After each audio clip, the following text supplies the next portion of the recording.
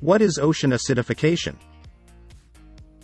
Ocean acidification, or OA, is the process by which increases in dissolved carbon make seawater more acidic.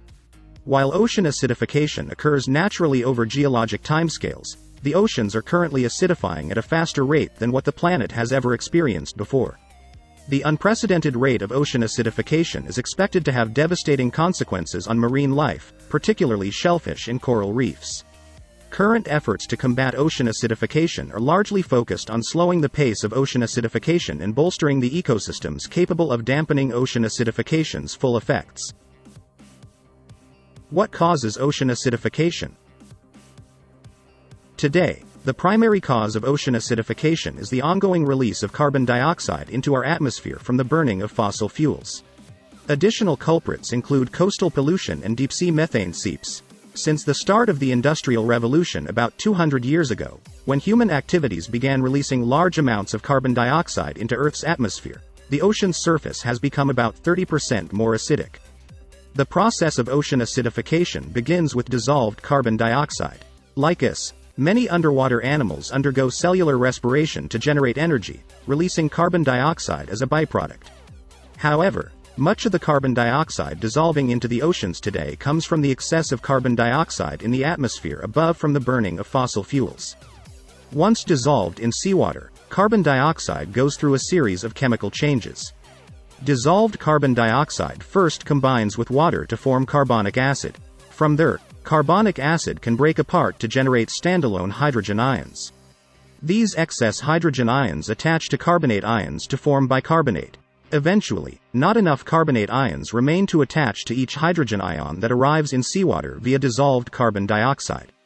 Instead, the standalone hydrogen ions accumulate and lower the pH, or increase the acidity, of the surrounding seawater. In non-acidifying conditions, much of the ocean's carbonate ions are free to make connections with other ions in the ocean, like calcium ions to form calcium carbonate. For animals that need carbonate to form their calcium carbonate structures, like coral reefs and shell-building animals, the way in which ocean acidification steals carbonate ions to instead produce bicarbonate reduces the pool of carbonate available for essential infrastructure. The impact of ocean acidification. Below, we analyze specific marine organisms and how these species are impacted by ocean acidification. Mollusks. The ocean's shell-building animals are most vulnerable to the effects of ocean acidification. Many ocean creatures, like snails, clams, oysters, and other mollusks, are equipped to pull dissolved calcium carbonate out of seawater to form protective shells through a process known as calcification. As human-generated carbon dioxide continues to dissolve into the ocean, the amount of calcium carbonate available for these shell-building animals dwindles.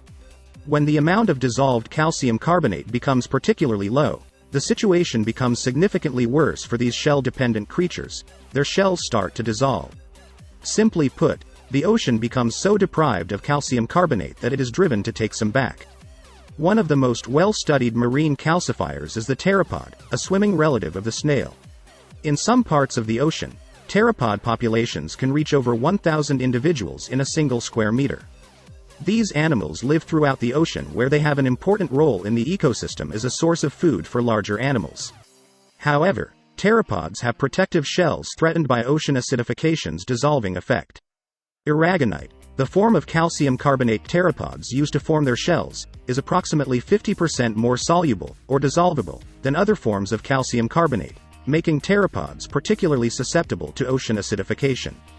Some mollusks are equipped with means to hold on to their shells in the face of an acidifying ocean's dissolving pull. For example, clam-like animals known as brachiopods have been shown to compensate for the ocean's dissolving effect by creating thicker shells. Other shell-building animals, like the common periwinkle and the blue mussel, can adjust the type of calcium carbonate they use to form their shells to prefer a less soluble, more rigid form. For the many marine animals that cannot compensate, ocean acidification is expected to lead to thinner, weaker shells. Unfortunately, even these compensation strategies come at a cost to the animals that have them. To fight against the ocean's dissolving effect while grasping onto a limited supply of calcium carbonate building blocks, these animals must dedicate more energy to shell building to survive. As more energy is used for defense, less remains for these animals to perform other essential tasks, like eating and reproducing. While a lot of uncertainty remains around the ultimate effect ocean acidification will have on the ocean's mollusks, it's clear the impacts will be devastating. Crabs. While crabs also use calcium carbonate to build their shells, the effects of ocean acidification on crab gills may be most important to this animal.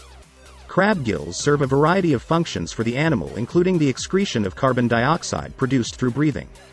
As the surrounding seawater becomes full of excess carbon dioxide from the atmosphere, it becomes more difficult for crabs to add their carbon dioxide to the mix. Instead, crabs accumulate carbon dioxide in their hemolymph, the crab version of blood, which instead changes the acidity within the crab. Crabs best suited to regulating their internal body chemistry are expected to fare best as the oceans become more acidic. Coral reefs. Stony corals, like the ones known to create magnificent reefs, also rely on calcium carbonate to build their skeleton.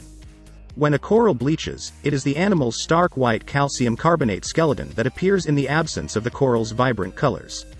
The three-dimensional stone-like structures built by corals create habitat for many marine animals.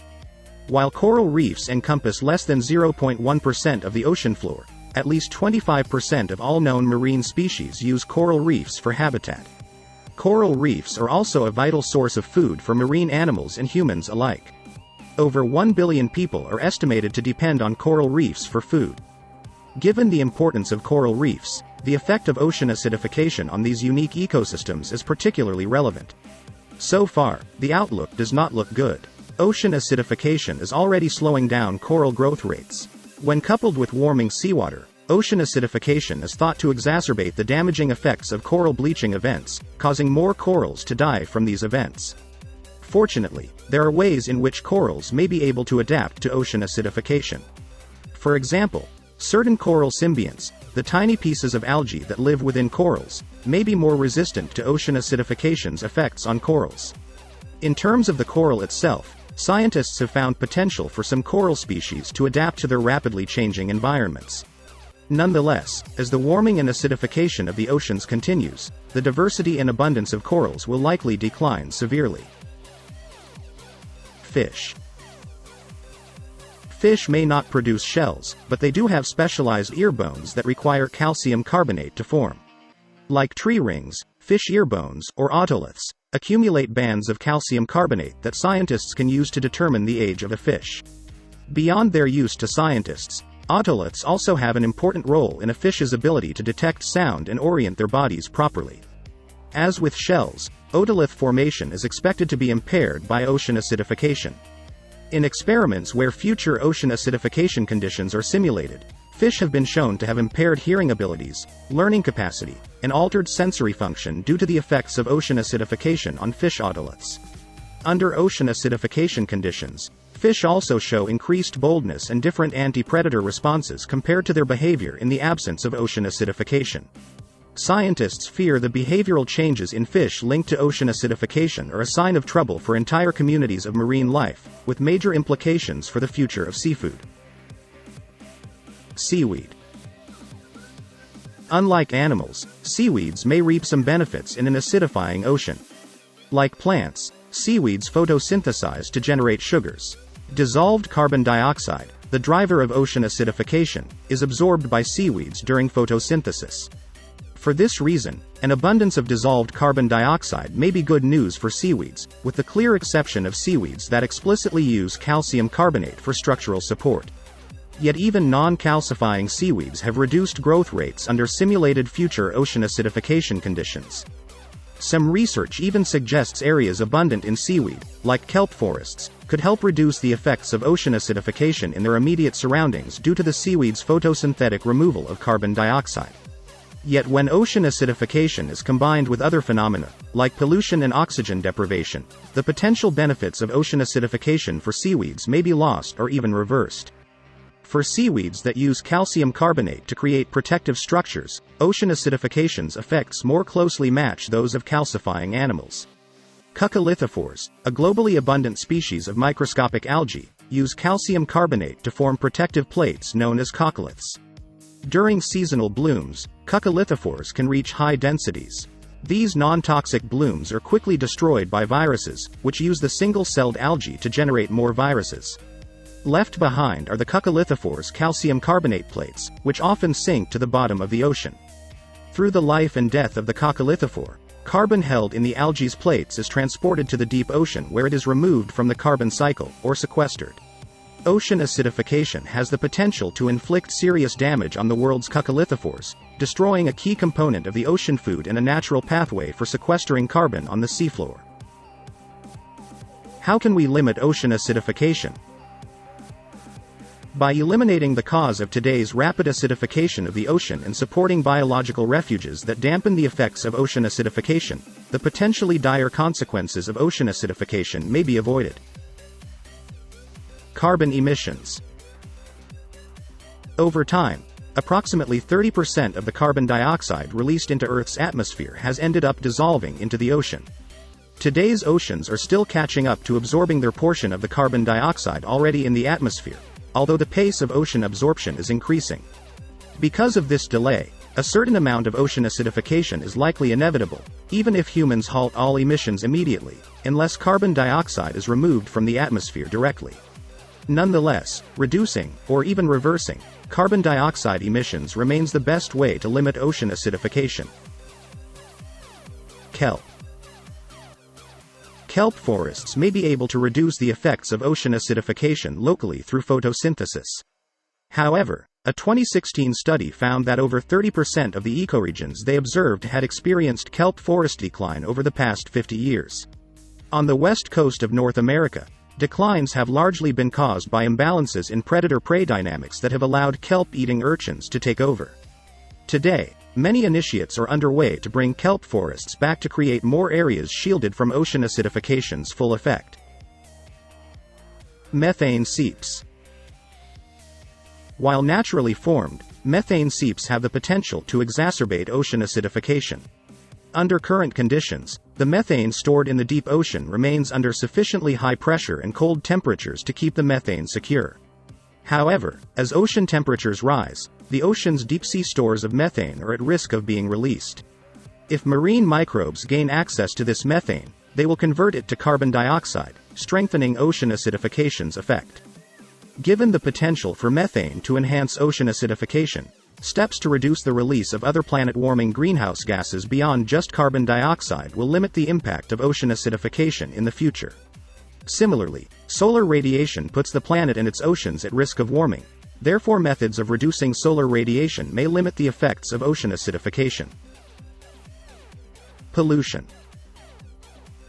In coastal environments, pollution magnifies the effects of ocean acidification on coral reefs. Pollution adds nutrients to normally nutrient-poor reef environments, giving algae a competitive advantage over corals. Pollution also disrupts a coral's microbiome, which makes the coral more susceptible to disease. While warming temperatures and ocean acidification are more damaging to corals than pollution, removing other coral reef stressors can improve the likelihood of these ecosystems adapting to survive. Other ocean pollutants, like oils and heavy metals, cause animals to increase their rates of respiration, an indicator for energy use. Given that calcifying animals must apply additional energy to build their shells faster than they dissolve, the energy needed to simultaneously combat ocean pollution makes it even harder for shell-building animals to keep up. Overfishing. For coral reefs in particular, overfishing is yet another stressor to their existence. When too many herbivorous fish are removed from coral reef ecosystems, coral-smothering algae can more easily take over a reef, killing corals. As with pollution, reducing or eliminating overfishing increases coral reef resilience to the effects of ocean acidification.